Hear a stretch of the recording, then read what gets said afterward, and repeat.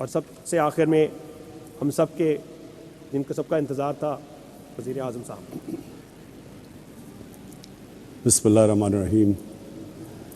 ایاک نعبد و ایاک نستعین. اب ڈاکٹر الیاس مجھے یہ آپ نے یہ مسجد میں تالیاں تو آپ بجا نہیں سکتے، لیکن مجھے یہی نہیں پتہ چلے گا کہ آپ کو میری باتیں پسند آئی ہیں نہیں آئیں. اچھا ڈاکٹر امجد کہہ رہے ہیں ہاتھ آپ کھڑا کریں گے. میں سب سے پہلے آپ سب کو جو پیغام دینا چاہتا ہوں وہ یہ کہ یہ پاکستان ایک بڑی خواب کا نام تھا. ہم نے ایک مثالی اسلامی فلاحی ریاست بننا تھا، اور جو فلاحی ریاست کس کے طرز پہ بننا تھا؟ جو سب سے پہلے ہمارے نبی صلی اللہ علیہ وسلم نے مدینہ میں ایک ریاست قائم کی تھی، ان اصولوں پہ ہم نے پاکستان کو کھڑا کرنا تھا. مجھے افسوس سے کہنا پڑتا ہے کہ وہ جو ہمارا قبلہ ہونا چاہیے تھا 1947 میں، ہم اس راستے پہ نہیں چلے. اور میرا یہ ایمان ہے کہ اگر آج پاکستان کو وہ عزت نہیں ملی دنیا میں، اگر پاکستان کا وہ مقام دنیا میں نہیں ہوا جو ہونا چاہیے تھا، اس کی وجہ یہ تھی کہ جس نظریے کے تحت پاکستان بنا تھا اس نظریے پہ ہم نہیں چلے. جو قوم اپنے نظریے سے ہٹتی ہے وہ کبھی کامیاب نہیں ہوتی. جو انسان اپنے نظریے سے ہٹتا ہے وہ بھٹک جاتا ہے. اور ہمارا نظریہ مدینہ کی ریاست کا نظریہ تھا. اس میں دو سب سے اہم چیزیں تھیں. ایک انسانیت، فلاحی ریاست جدھر ریاست نے اپنے کمزور طبقے کی ذمہ داری لینی تھی، جس کو انگریزی میں ویلفیئر اسٹیٹ کہتے ہیں. اور دوسرا جو نبی صلی اللہ علیہ وسلم کا حکم تھا کہ جو قوم طاقتور چور کو چھوڑ دیتی ہے اور کمزور چور کو جیل میں ڈالتی ہے وہ تباہ ہو جاتی ہے. یعنی جس قوم میں انصاف نہیں ہوتا وہ تباہ ہو جاتی ہے. اور انہوں نے پھر کہا کہ میری بیٹی بھی اگر چوری کرے گی تو اس کو بھی سزا ملے گی. یعنی کوئی قانون سے اوپر نہیں ہے. یہ دو سب سے بڑے اصول تھے جو بنیاد بنے مدینہ کی ریاست میں. اور بھی تھے. میریٹوکریسی تھی. خواتین کو پہلی دفعہ جائیداد میں حق دیا گیا. غلاموں کو انسانوں کی طرح حکم دیا رکھنے کا. کوئی کسی کے اندر، سب انسان حضرت آدم کی اولاد بتایا گیا کہ کوئی بھی رنگ ہو آپ کا، اس پہ کوئی انسانوں کے اندر فرق نہیں ہے.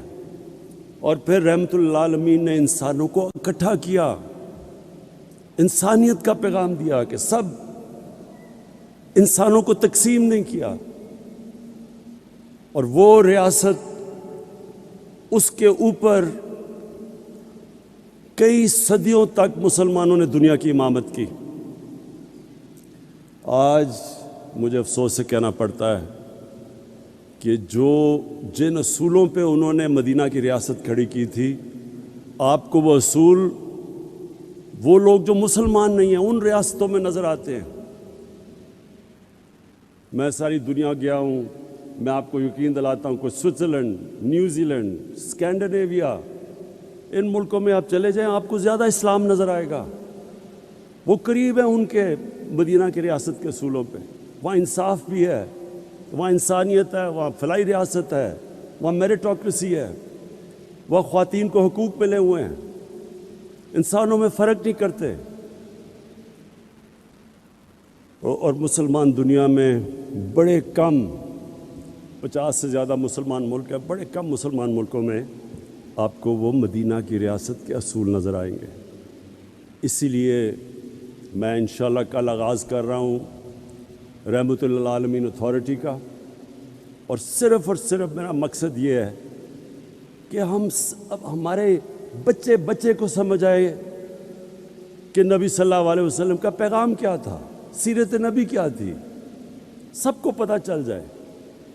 اللہ کسی کو ایمان دیتا یا نہیں دیتا وہ تو اللہ کا تحفہ ہے، لیکن ہم اپنی ریاست ذمہ داری پوری کریں اپنے انسانوں پہ، اپنے بچوں پہ، ان کو بتائیں کہ اصل میں ان کی سیرت کیا تھی، ان کا راستہ کیا تھا۔ تو آج جو ہم یہاں جمع ہوئے ہیں اس کا مقصد ایک ہے کہ ہم اس فلاحی ریاست کے راستے پہ چلے جائیں، اور اس کے لیے میں سب سے پہلے تو آج اپنی قوم کا شکریہ ادا کرتا ہوں، اور FBR کا بھی، کہ انہوں نے پہلی دفعہ پاکستان میں اتنا زیادہ ہم نے ٹیکس اکٹھا کیا، ہم نے ریکارڈ ٹیکس اکٹھا کیا پاکستان میں، اور اس کی وجہ سے میں نے پرسوں، جبکہ دنیا میں قیمتیں اوپر جا رہی ہیں، تیل کی، بجلی کی، 5 روپے یونٹ بجلی کی قیمت کم کر دی ہے، اور 10 روپے لیٹر تیل اور ڈیزل کی قیمت کم کر دی ہے، کیونکہ ہمارے پاس پیسہ زیادہ آیا ہے۔ تو میں اپنی قوم کو کہتا ہوں کہ آپ جتنا زیادہ ٹیکس دیں گے وہ سارا ٹیکس میں لگاؤں گا اپنے نیچے لوگوں کو اوپر اٹھانے کے لیے، لوگوں کے بوجھ کم کرنے کے لیے، مہنگائی کم کرنے کے لیے۔ یہ میں آپ سے میرا وعدہ ہے، وہ کہیں اور پیسہ نہیں جائے گا، وہ صرف آپ کے اوپر لگے گا، جس طرح ہمارا ٹیکس بڑھتا جائے گا۔ اب یہ میں آج کامیاب پاکستان کا پروگرام ہے، ہم نے 45 لاکھ خاندانوں کو اس پروگرام میں لے کے آئے ہیں۔ 45 لاکھ خاندان شروع کیا تھا ہم نے پختونخوا سے، اور آزاد کشمیر، گلگت بلتستان، پھر جو ہمارے کمزور علاقے پنجاب کے، ساؤتھ پنجاب میں، اور تھرپاکر سندھ میں، بلوچستان میں، لیکن اب سارے پاکستان میں ہم یہ پروگرام لے کے آ رہے ہیں۔ جس طرح بھی ڈاکٹر امجد نے کہا، اور ڈاکٹر امجد میں آپ کی جتنی بھی تعریف کروں وہ کم ہے، آپ وہ انسان ہیں جو سمجھ گئے ہیں زندگی کا مقصد، کہ اللہ تو اس کو آخرت میں اس کو نوازتا ہے جو انسانیت کے لیے کچھ کرتا ہے۔ تو آپ نے جو بھی بتایا کہ اس کا مقصد کیا ہے، ہمارے جو 45 لاکھ خاندان ہیں جو سب سے نیچے ہیں، ایک گھر میں اگر شہر میں ہے تو 5 لاکھ روپیہ سود کے بغیر قرضہ اپنا کاروبار شروع کرنے کے لیے، اگر دیہات میں ہے تو 3.5 لاکھ سود کے بغیر قرضہ کسان اپنی زمین پہ لگائے، اور 20 لاکھ سود کے بغیر قرضہ اپنا گھر بنانے کے لیے۔ اور پھر اسی خاندان میں اگر ٹیکنیکل ایجوکیشن، ایک فرد کو ٹیکنیکل ایجوکیشن دے تاکہ وہ ہنر سیکھے اور اپنے لیے کما سکے گھر پہ۔ اور اب تو IT ایک ایسا شعبہ ہے، انفارمیشن ٹیکنالوجی، کہ آپ 6 مہینے 12 مہینے میں ایک بچے کو ٹرین کر سکتے ہیں، وہ IT سیکھ سکتا ہے، پروفیشنل پیسے کما سکتا ہے۔ اور اب تک ہم جتنا پیسہ دے چکے ہیں، میرے خیال میں 2.5 ارب ہے۔ ہم جو آگے دینے جا رہے ہیں پیسہ دونوں اگلے سال تک، وہ 1000 ارب ہے۔ 1000 ارب روپے کے قرضے دیں گے یہی 45 لاکھ خاندانوں کو، اور پھر اس کو بڑھاتے جائیں گے۔ مقصد یہ ہے کہ لوگ خود اپنے پیر پہ کھڑے ہوں، ہنر سیکھیں، کاروبار کریں۔ حکومت کے پاس تو کبھی بھی اتنا پیسہ نہیں آئے گا کہ نوکریاں سب کو دے دے۔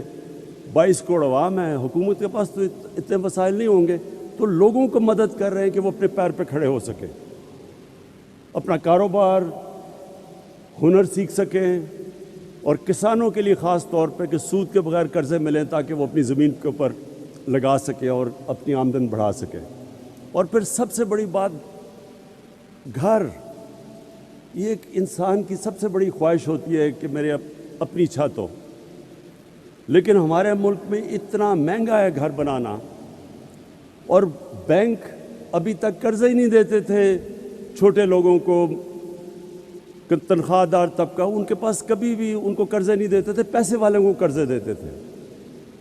تو اس کا ہوا کیا کہ صرف پیسے والے لوگ گھر بنا سکتے ہیں، اور ہمارے یہاں کچی آبادیاں یہ بڑھتی جا رہی ہیں۔ کراچی میں تقریباً 40% کراچی کچی آبادیاں ہو گیا ہے، ہر شہر میں بڑھتی جا رہی ہیں، لاہور میں کچی آبادیاں، کیونکہ لوگوں کے پاس پیسہ نہیں ہے اپنا گھر بنانے کے لیے۔ تو یہ کوشش، ایک تو یہ کہ سب سے جو 45 لاکھ غریب خاندان ہیں ان کو 20 لاکھ کا سود کے بغیر قرضہ، اور پھر ہم نے اب بینکوں کو تیار کیا ہے۔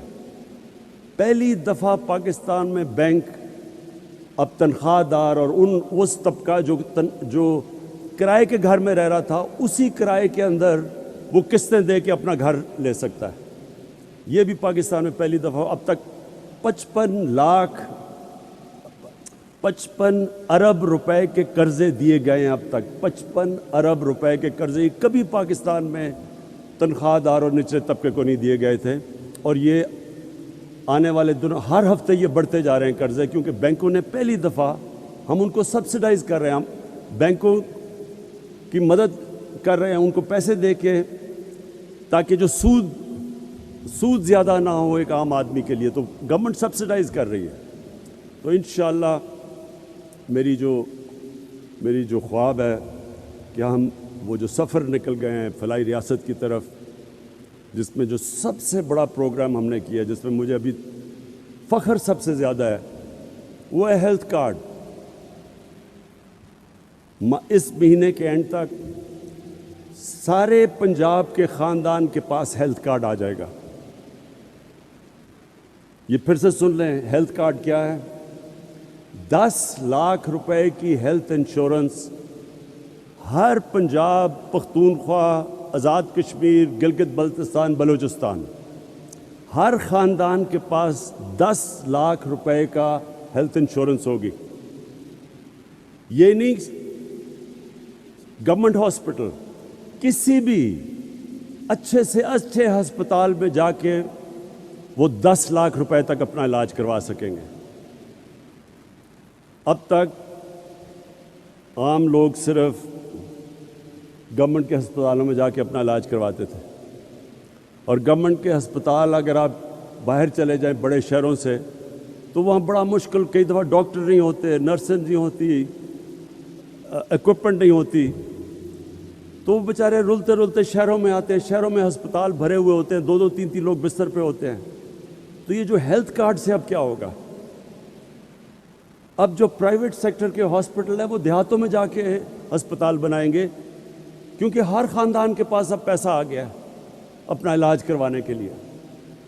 اور اس سے انشاءاللہ جو میری ایک ہمیشہ میں سمجھتا تھا کہ سب سے برا اور مشکل وقت ایک خاندان پہ تب آتا ہے جب ایک گھر میں بیماری ہو، ماں باپ بیمار ہوں، بچے بیمار ہوں، اور ان کے پاس پیسہ نہ ہو علاج کروانے کا۔ اس سے زیادہ ایک گھر میں بے بسی کا عالم نہیں ہوتا۔ تو یہ مجھے جو سب سے بڑی خوشی، اگر مجھے پوچھیں کہ 3.5 سال میں آپ کو کس چیز میں سب سے زیادہ خوشی ملی ہے، وہ اس میں ملی ہے کہ انشاءاللہ اس مہینے کے اینڈ تک سارے پاکستان کے خاندانوں کے پاس 10 لاکھ روپے کا ہیلتھ انشورنس آ جائے گی، کسی بھی ہسپتال میں جا کے اپنا علاج کروا سکتے ہیں۔ میں آخر میں سارے جتنے بھی لوگوں نے مل کے یہ کامیاب پاکستان میں، جتنے بھی اداروں نے، اخوت، NRSP، سب نے جنہوں نے مل کے یہاں تک یہ ممکن کیا ہے، میں آپ سب کو خراج تحسین پیش کرتا ہوں۔ اور یہ جو ہم نے شروع کیا ہے، یہ راستہ، یہ وہ خواب ہے جو علامہ اقبال نے سوچا تھا جب انہوں نے پاکستان کا تصور کیا تھا۔ یہ اس راستے پہ انشاءاللہ ہم نکل گئے ہیں جو میں سمجھتا ہوں کہ پاکستان کی عظمت کا راستہ ہے۔ پاکستان پائندہ باد۔